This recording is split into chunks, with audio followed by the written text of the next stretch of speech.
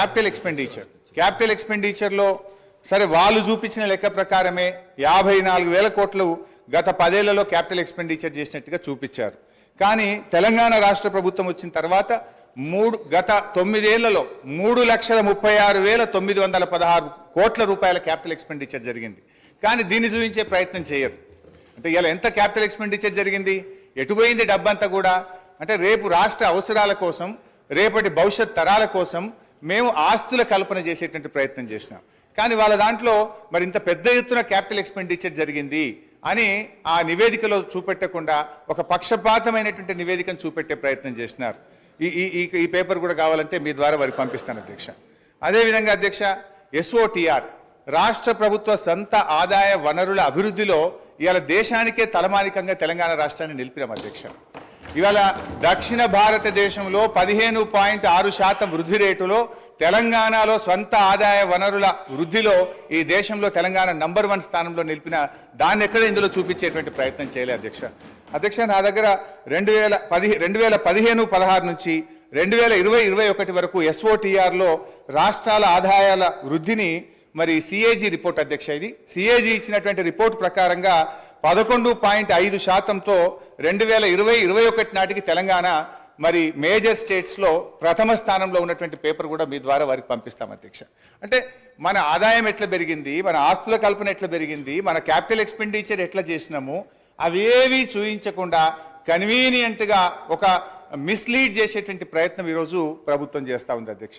అట్లే medical and health దాని విషయంలో కూడా ఏదో మనం తక్కువ ఖర్చు పెట్టామని, వాస్తవానికి అధ్యక్ష మెడికల్ అండ్ హెల్త్ విషయంలో చూస్తే 2014-15లో మన రాష్ట్ర బడ్జెట్ 2,432 కోట్లుంటే ఈ సంవత్సరం మన బడ్జెట్లో పెట్టింది 12,161 కోట్లు, అంటే దాదాపు 6 రెట్లు పెంచినాం అధ్యక్ష. అట్లా డీటెయిల్గా ఇయర్ వైజ్ కూడా ఉంది అధ్యక్ష. 2014-15లో 2,432 ఉంటే 15-16 3,344, 16-17 5,130. I don't want to take much time, but finally 12,161 కోట్ల రూపాయలు పెట్టి వైద్య ఆరోగ్య రంగంలో అద్భుతమైనటువంటి ప్రగతిని మనం సాధించినాం అధ్యక్ష. అదేవిధంగా అధ్యక్ష, ఇందులో కొన్ని కారణాలు కూడా ఉన్నాయి. వీళ్ళు ఏంటంటే ఎంతసేపు అప్పులు పెరిగినాయని చెప్పి ఒక బురద జల్లేటువంటి ప్రయత్నం చేస్తూ ఉన్నారు. ఇలా కరోనా వచ్చింది అధ్యక్ష. కేంద్ర ప్రభుత్వమే కొన్ని ప్రత్యేక పరిస్థితుల్లో కరోనా వచ్చిన 2 ఆర్థిక సంవత్సరాల్లో అన్ని రాష్ట్రాలని, దేశంలోని అన్ని రాష్ట్రాల్లో కూడా మీరు మరి మీ ఆదాయం తగ్గింది కనుక మీ రుణ పరిమితికి మించి మరి డబ్బు తీసుకొని రాష్ట్రంలో క్యాపిటల్ ఎక్స్పెండిచర్ చేయండి అని చెప్పి కేంద్ర ప్రభుత్వం వెసులుబాటు కల్పించింది అధ్యక్ష. దాంట్లో చూస్తే అధ్యక్ష డిస్కామ్ లోన్స్, ఈ డిస్కామ్ లోన్స్ కేంద్ర ప్రభుత్వం తీసుకోవడం ద్వారా అవి 8,923 కోట్ల రూపాయలు మన అప్పుల్లో జమ చేయడం జరిగింది. అదేవిధంగా ట్యాక్స్ డెవల్యూషన్లో 2019-20 సంవత్సరంలో ట్యాక్స్ డెవల్యూషన్ మీకు ఒక హక్కుగా రాష్ట్రాలకు వచ్చేటువంటి డబ్బు ఈ సంవత్సరం ఇవ్వలేకపోతున్నాం కనుక 1,435 కోట్ల రూపాయల్ని మీరు FRBMలో భాగంగా తీసుకోమని చెప్పారు అధ్యక్ష. అదేవిధంగా 2019-20లో ఫైనాన్స్ కమిషన్ కూడా 0.25% FRBMలో అదనంగా తీసుకోవడానికి అనుమతి ఇచ్చింది అధ్యక్ష. అదేవిధంగా 2020-21లో కరోనా సంవత్సరంలో 1.75% FRBMలో అదనంగా తీసుకోవడానికి, అంటే 17,558 కోట్లు మరి కరోనా వచ్చి దేశంలో ఆర్థిక మాంద్యం ఏర్పడింది. మరి మళ్ళీ ఆర్థిక వ్యవస్థ మెరుగుపడాలంటే దేశంలోని అన్ని రాష్ట్రాలు కూడా మీరు FRBMలో అదనంగా రుణాలు సేకరించి క్యాపిటల్ ఎక్స్పెండిచర్ మీద ఖర్చు పెట్టమని చెప్పి కేంద్ర ప్రభుత్వం వెసులుబాటు కల్పిస్తే ఇది ఒక 17,558 కోట్లు అదనంగా వచ్చింది అధ్యక్ష.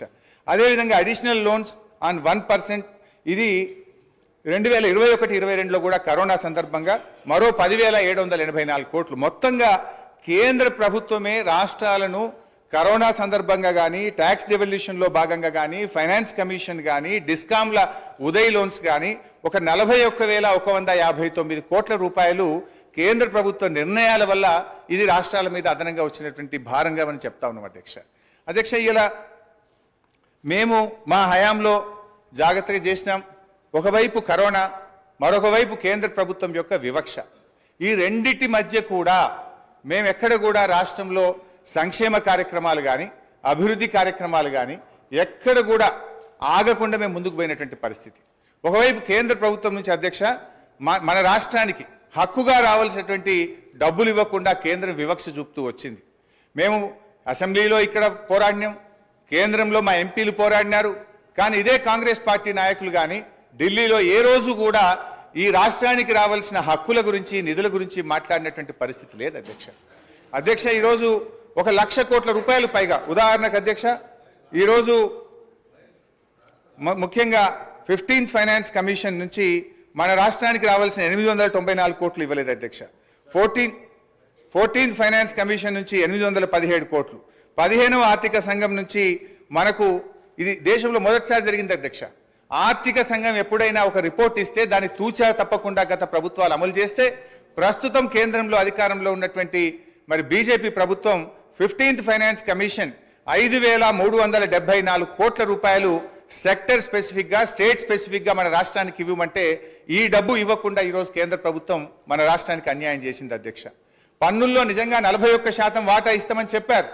కానీ ఎక్కడ కూడా సెస్ల రూపంలో వాళ్ళు కలెక్ట్ చేసుకొని 41% వాటా నిజాయితీగా ఇవ్వకపోవడం వల్ల ఈ రాష్ట్రానికి 44,052 కోట్ల రూపాయలు తక్కువ వచ్చినాయి అధ్యక్ష. ఆంధ్రప్రదేశ్ నుంచి రావాల్సిన విద్యుత్ బకాయిల్లో కేంద్ర ప్రభుత్వం నిర్ణయం తీసుకోక 17,828 కోట్ల రూపాయలు తగ్గినాయి అధ్యక్ష. సిఎస్ఎస్ లో మనకు రావాల్సిన డబ్బు ఆంధ్రప్రదేశ్కి ఇచ్చి తిరిగి దాన్ని అడ్జస్ట్ చేయకపోవడం వల్ల 495 కోట్లు, వెనుకబడిన జిల్లాలకు ఇవ్వాల్సిన 1,800 కోట్ల రూపాయలు, నీతి ఆయోగ్ రికమెండ్ చేసినటువంటి మిషన్ కాకతీయ, మిషన్ భగీరథకి ఇవ్వాల్సిన 24,205 కోట్లు, వెరసి 1,00,000 కోట్లకు పైగా ఈ రాష్ట్రానికి రావాల్సినటువంటి డబ్బు ఇలా కేంద్ర ప్రభుత్వం నుంచి రాకపోవడం వల్ల కూడా ఆర్థికంగా మనకు ఇబ్బంది కలిగింది. నిజంగా ఈ 1,00,000 కోట్ల రూపాయలు రాష్ట్రానికి వచ్చుంటే ఈ రోజు మనకు ఇంకొక 1,00,000 కోట్ల రూపాయలు అప్పు తక్కువ తీసుకునేటువంటి అవకాశం ఉండేది అధ్యక్ష. అధ్యక్ష, ఈరోజు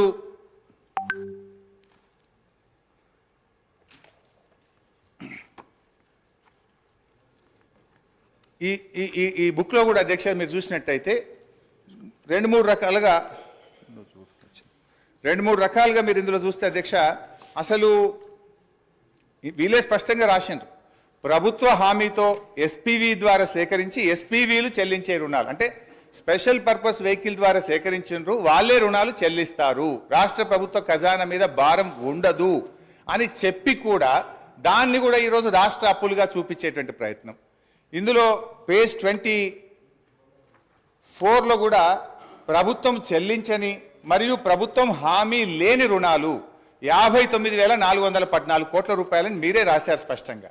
కానీ మీరు ఏం చేసే ప్రయత్నం చేస్తుండ్రు, అన్నీ కలిపి మళ్ళీ లెక్కబెట్టి రాష్ట్ర ప్రభుత్వం ఈరోజు దాదాపు 6,71,000 కోట్ల రూపాయల అప్పు ఉంది అని చెప్తున్నారు. మీరే ఈ బుక్లో అంటారు, ఒకవైపు రాష్ట్ర ప్రభుత్వం చెల్లించని హామీ లేని రుణాలను రాశారు, ప్రభుత్వ హామీతో సేకరించి రాష్ట్ర ప్రభుత్వం ఎస్పీవీలే చెల్లించుకునే డబ్బులని చెప్పినారు, వాటినన్నింటినీ కలిపి అప్పులను ఎక్కువగా చూపించేటట్టు ఒక తప్పుడు ప్రచారానికి మీరు పాల్పడ్డారు. అదేవిధంగా ప్రభుత్వ హామీతో ఎస్పీవీ ద్వారా సేకరించి ప్రభుత్వమే చెల్లిస్తారని కూడా రాసినారు అధ్యక్ష. ఇందులో కూడా చాలా విషయాలు తప్పుగా పెట్టినారు చాలా కార్పొరేషన్స్ను. ఉదాహరణకు ఈరోజు టీఎస్ఐఐసి గురించి రాసినారు. టీఎస్ఐఐసి కానీ, Telangana super speciality hospital corporation కానీ, హైదరాబాద్ మెట్రో వాటర్ వర్క్స్ కానీ, హౌసింగ్ బోర్డు కానీ, రోడ్ డెవలప్మెంట్ కార్పొరేషన్ కానీ, ఇట్లా చాలా విషయాలు, ఇవన్నీ కూడా వాస్తవానికి వాళ్ళ సొంత ఆదాయ వనరుల మీద వాళ్ళు చెల్లిస్తారు అధ్యక్ష. కానీ ఇది రాష్ట్ర ప్రభుత్వమే చెల్లిస్తుందని, ఇది రాష్ట్ర ప్రభుత్వం అప్పుగా చూపించేటువంటి ఒక తప్పుడు ప్రయత్నానికి కూడా దీంట్లో పాల్పడ్డారు. అంటే బేసిక్గా ఇదంతా కూడా ఒక తప్పుల తడక, ఒక అంకెల గ్యారెడ్తోని, ఇది ఏదో ఈ రాష్ట్ర ప్రభుత్వం మీద గత ప్రభుత్వం మీద బురద జల్లాలే, లేదు వాళ్ళ హామీల నుంచి తప్పించుకునేటువంటి ఒక ప్రయత్నానికి దారులు వెతుకుతున్నారేమో అని అనిపిస్తూ ఉంది అధ్యక్ష. ఇంకా డీటెయిల్స్లో పోదామంటే మరి మళ్ళీ మీరు టైం ఇయ్యరేమో, నేను చాలా విషయాలు చెప్పాల్సిన అవసరం ఉంది.